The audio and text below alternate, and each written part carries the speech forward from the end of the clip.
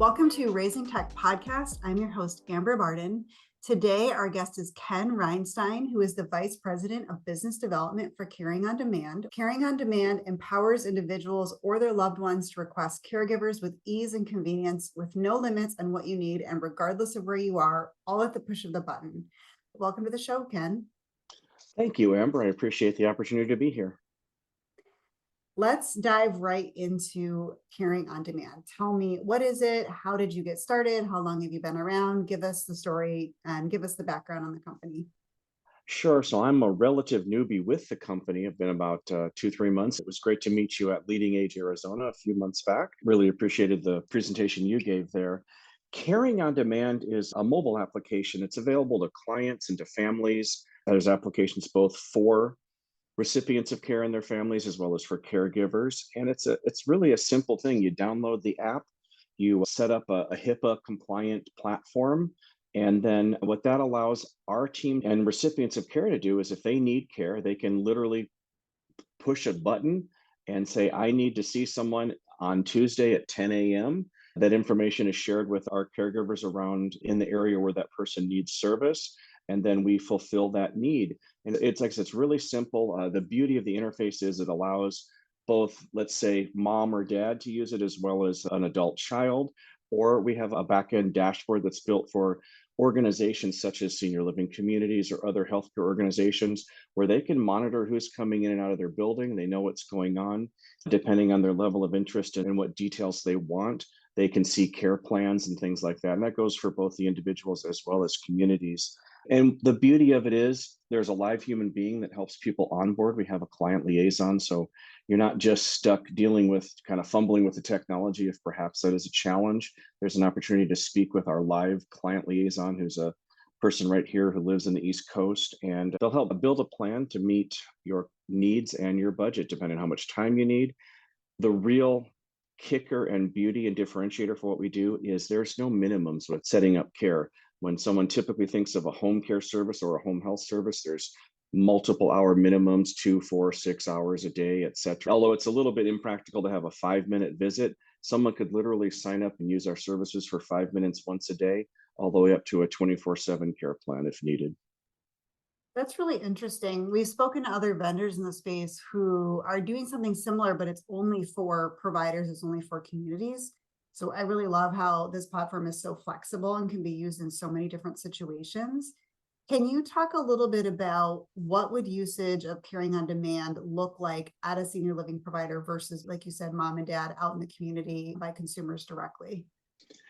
Yeah, there's some really interesting opportunities there to partner with communities. So first of all, as I mentioned, we do have a dashboard that we would set up, and there's no charge to set this up for a community. There's a dashboard that allows the executive director or resident services director to see that caregiver Ken Reinstein, I'm not a caregiver, but to see that Ken Reinstein's coming into the community to meet with Sally Jones at 10 a.m. The way our technology works is our caregivers check in when they arrive at Sally Jones' home, and then they check out. So there's the ability to track that.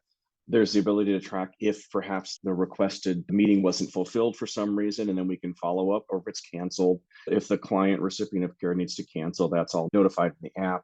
The dashboard allows a lot of metrics in there, and I don't have all the nitty-gritty details to share, but there's a lot of metrics that are really, again, can be as detailed or as simplified as requested by the community. It's flexible.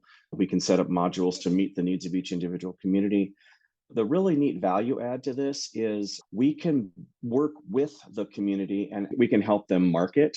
We can be used as a sales and marketing tool that we have this service and process at their communities. We've worked out where we've been a bridge program for communities. Perhaps there's an interested party, a depositor who's not quite ready to move in yet, or perhaps in a great situation, if there's a waiting list, we could be a bridge program where we could work with XYZ community and still be a point of care, a point of service for them in conjunction with the community while they're perhaps still considering that move in or on that waiting list. Yeah, that sounds really easy to use. Is it a nationwide platform at this time? It is available. We can work anywhere that a certified home care agency or home health agency exists. Our primary operations right now, we have about 400 recipients of care on our platform right now. We've got about 15 or so communities across the East Coast and in Arizona where I'm at. But there is literally no boundaries to where we can go. Again, we just need to work with, and we do work with some national healthcare vendors, home care vendors right now. So we could set up and get started very quickly anywhere that anyone would be interested to work with us. Can you talk a little bit about the caregiver side? How do you find your caregivers? How do you qualify them? How does all of that work?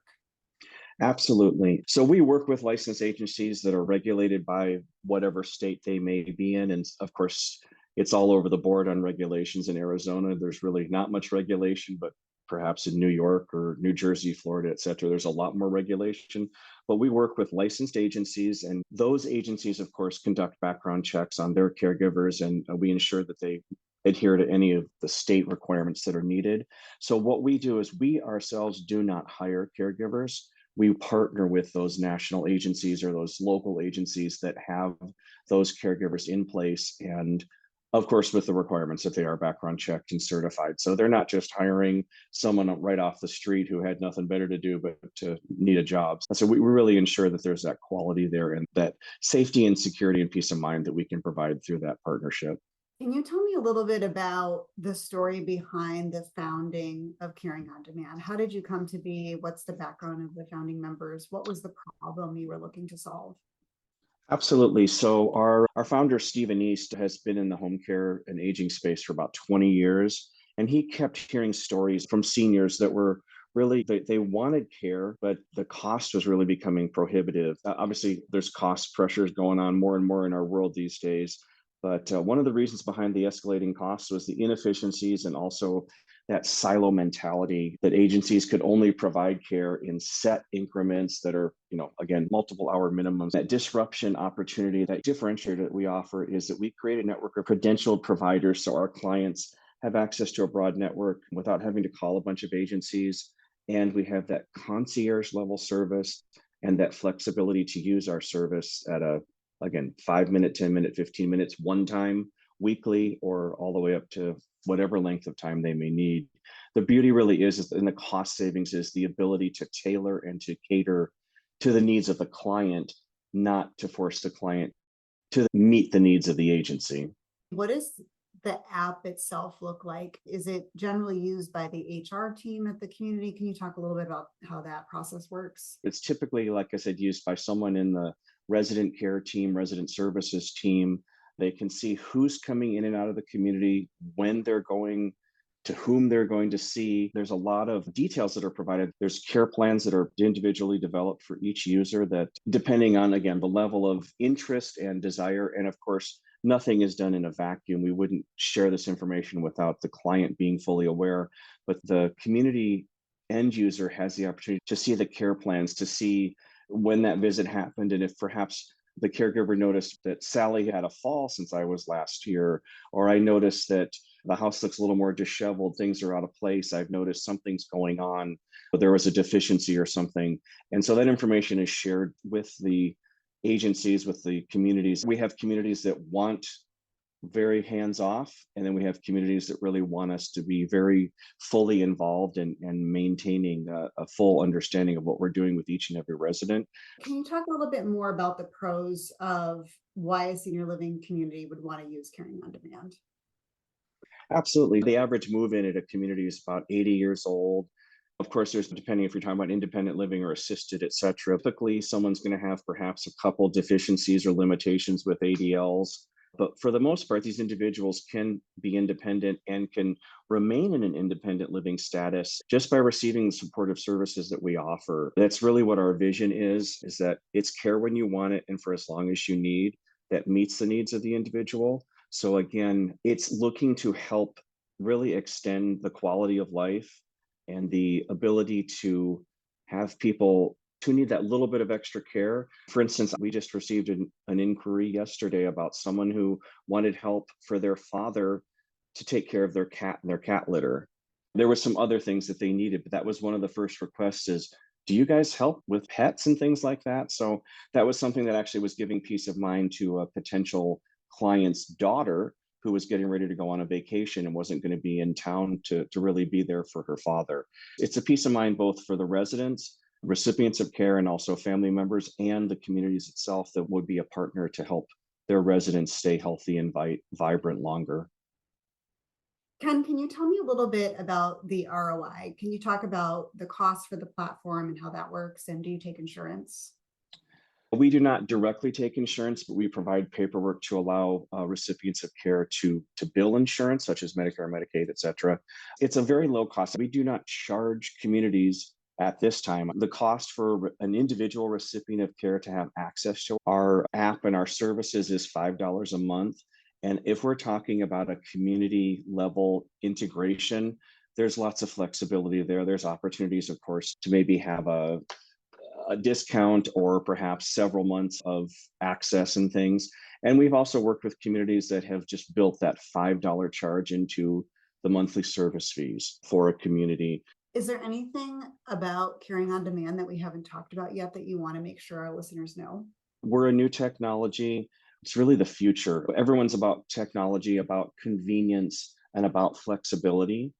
I think using us to help a community grow its resident satisfaction, a community with our services, really with our platform integrated in what they do, it just gives an additional value to moving into that community again, because it's that peace of mind that we provide and we offer through the opportunity to work with certified home care agencies to take care of a resident or to take care of mom and dad, to give them that extra extended peace of mind through the platform that we offer.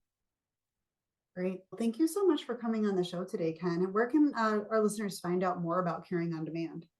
Absolutely. We do have a basic website, caringondemand.com, if they want just to generally check it out. If they'd be interested, if a community is interested, or it doesn't have to be a community, it can be an individual, a family member, et cetera, they can go to caringondemand.com/raisingtech. And there'll be a form there that they can fill out to have someone contact them. Everything is private. They're not going to get spammed by signing in that form. Great. Thank you so much for joining us today. You can find us online at raisingtechpodcast.com, where you can see all of our episodes and contact us to provide feedback or submit an episode idea. We are on social media everywhere at Raising Tech Podcast. If you enjoy Raising Tech, please leave us a review and share with a friend.